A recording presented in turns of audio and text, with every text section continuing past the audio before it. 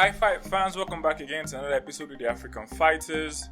And on today's episode, we'll be giving you a roundup of everything happening in the world of combat sports. Stay with us. Alright, former UFC heavyweight champion Francis Ngannou made a great deal for himself when he announced that he had signed with the Professional Fighters League on May the 16th. The Predator, however, is not expected to compete in the PFL until sometime next year. The MMA community has been split on Ngannou's decision, as some praise him for getting the PFL deal and others feel he should have stayed in the UFC.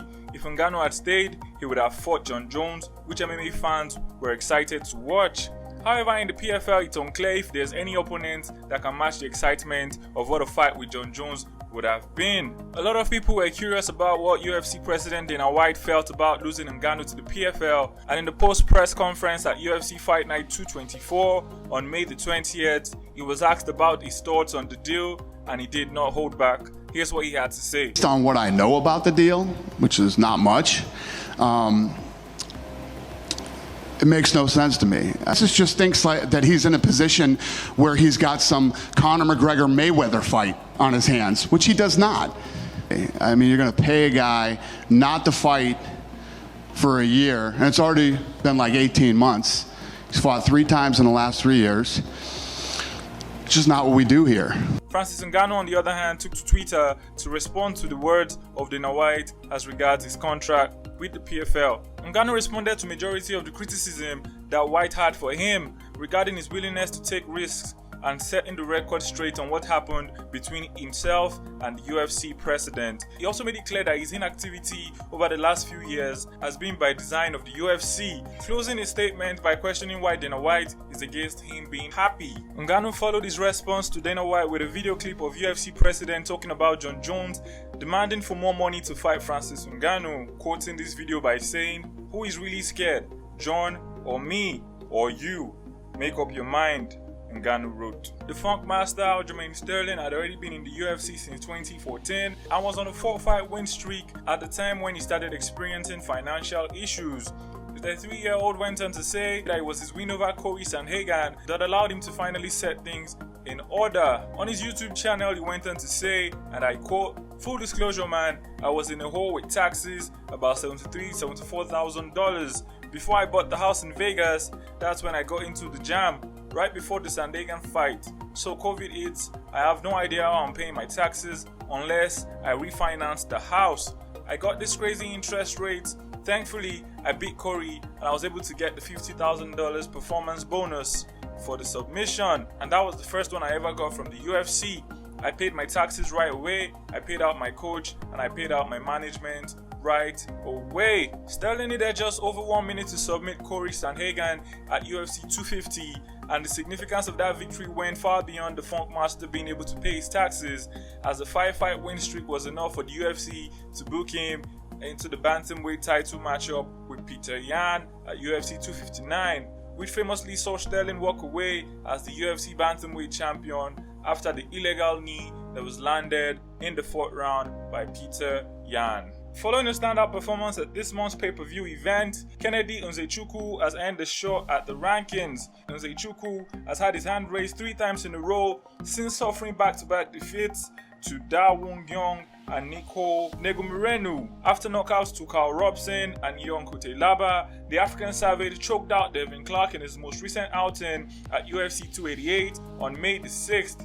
Now the Nigerian will look to burst into contention at the expense of Dustin Jacoby. The 15th ranked light heavyweight extended his unbeaten run in MMA to 9 through his first 7 UFC fights, a period that included wins over Darren Stewart and Micah Olegzeku. But his rise up the ladder has been stalled by consecutive decision defeats at the hands of Khalil Rountree Jr.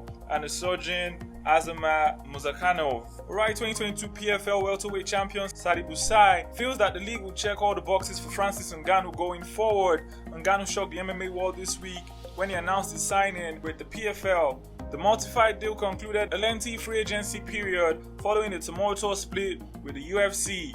Sadi Busai, who first appeared in the PFL in 2018, saw the fruits of his long labor last year when he won the PFL welterweight title. Despite inquiries from other promotions, he stayed loyal to the PFL, and it has paid off with big dividends. Sadi Busai wants Ngannou to make the most of his time in the PFL and feels that the way the league treats its fighters will make Ngannou's previous demand satisfied.